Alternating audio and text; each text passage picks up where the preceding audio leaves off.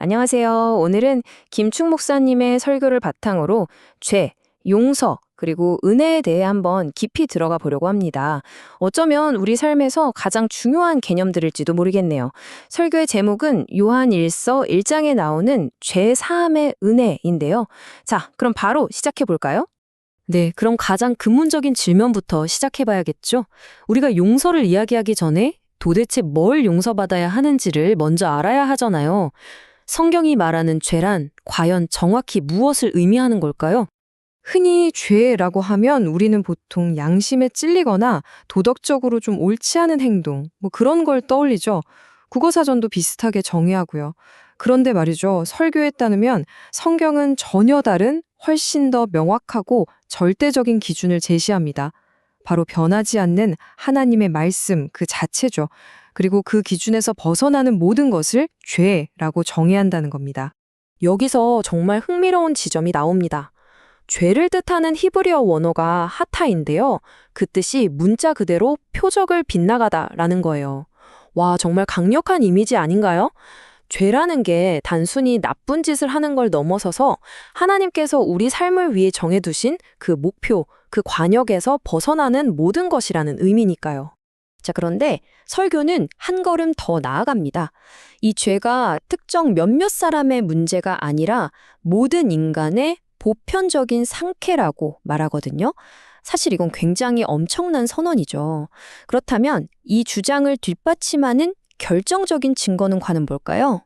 바로 이 로마서 9절이 그 해답을 제시합니다. 설교는 우리 모두가 절대로 피할 수 없는 현실, 바로 죽음이 죄의 직접적인 결과이자 모든 인간이 죄의 영향 아래에 있다는 가장 확실한 증거라고 설명합니다. 좋습니다. 만약 죄가 이렇게 피할 수 없는 문제라면 당연히 가장 중요한 질문이 따라오겠죠. 바로 그래서 해결책은 있는가 하는 겁니다. 이 거대한 문제를 과연 어떻게 해결할 수 있을까요? 설교는 이 구절에서 그 해답을 찾는데요. 핵심은 바로 자백이라는 행동입니다.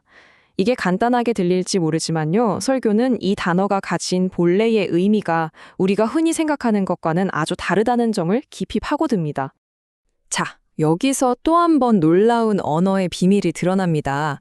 자백하다의 원어인 헬라어 호몰로고멘을 보면요. 같다는 뜻의 호모와 말하다는 뜻의 로게오가 합쳐진 단어입니다. 말 그대로 같은 것을 말한다는 뜻이죠. 이 사실 하나만으로도 자백이라는 단어의 의미가 완전히 새롭게 다가오지 않나요?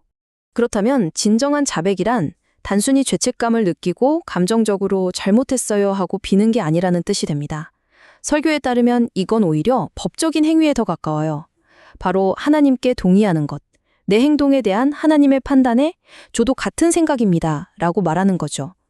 변명이나 정당화 없이 네 하나님 당신이 옳습니다. 그것은 죄였습니다. 라고 인정하는 행위입니다. 이 개념을 가장 극적으로 보여주는 인물이 바로 다윗 왕입니다. 나단 선지자가 그의 끔찍한 죄를 지적했을 때 다윗은 변명하거나 논쟁하지 않았어요. 그의 대답은 아주 단순하고 명확했습니다. 내가 여호와께 죄를 범하였노라. 이것이야말로 하나님과 같은 말을 하는 진정한 자백의 모습이었죠. 그런데 여기서 한 가지 거대한 신학적 질문, 일종의 역설이 생깁니다. 만약 하나님이 완벽하게 정의로운 분이라면 당연히 죄는 벌을 받아야 합니다. 그게 정의니까요. 그런데 어떻게 그 정의로운 하나님이 죄인을 그냥 용서하실 수 있을까요? 그건 오히려 불의한 일이 아닐까요?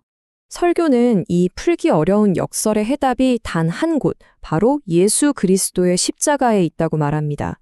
그 십자가야말로 하나님의 완벽한 공의와 완벽한 사랑이라는 서로 충돌하는 것처럼 보이는 두 가지 속성이 동시에 만족될 수 있었던 유일한 지점이라는 것이죠. 그 원리는 이렇습니다. 한편으로 하나님의 공의는 죄의 대가인 죽음이 반드시 치러져야 한다고 요구합니다. 빚은 갚아야 하니까요. 그런데 다른 한편으로 하나님의 사랑이 바로 그 빚을 대신 갚았습니다. 예수께서 십자가에서 죽으심으로써 우리 모두의 형벌을 대신 받으신 거죠. 결국 공의는 만족되었고 그 덕분에 사랑이 우리에게 용서를 베풀 수 있게 된 겁니다. 그래서 가장 중요한 핵심은 바로 이것입니다. 이 용서는 우리가 착한 일을 하거나 심지어 자백을 잘해서 얻어내는 게 아니라는 점이에요. 성경은 이것을 은혜, 다시 말해 선물이라고 부릅니다. 내가 열심히 일해서 받는 월급이 아니라 그저 감사함으로 받기만 하면 되는 선물이라는 거죠. 자, 그렇다면 이 놀라운 선물을 받은 사람은 이제 어떻게 살아야 할까요? 설교는 그 삶의 모습을 세 가지로 요약합니다.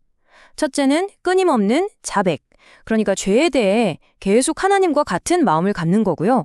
둘째는 회개, 죄에서 돌이켜 하나님께로 방향을 트는 삶이죠. 그리고 마지막으로 셋째, 교제. 이 힘든 싸움을 혼자 하는 게 아니라 공동체 안에서 서로 도우며 함께 싸워나가는 겁니다. 마지막으로 이 질문을 던지며 마무리하고 싶습니다. 만약 우리에게 가장 힘든 고백일 수 있는 나는 죄인이다 라는 이 말이 이야기의 끝이 아니라 모든 것의 시작이라면 어떨까요? 어쩌면 그 고백이야말로 은혜라는 놀라운 선물이 시작되는 바로 그 문을 여는 열쇠가 아닐까요?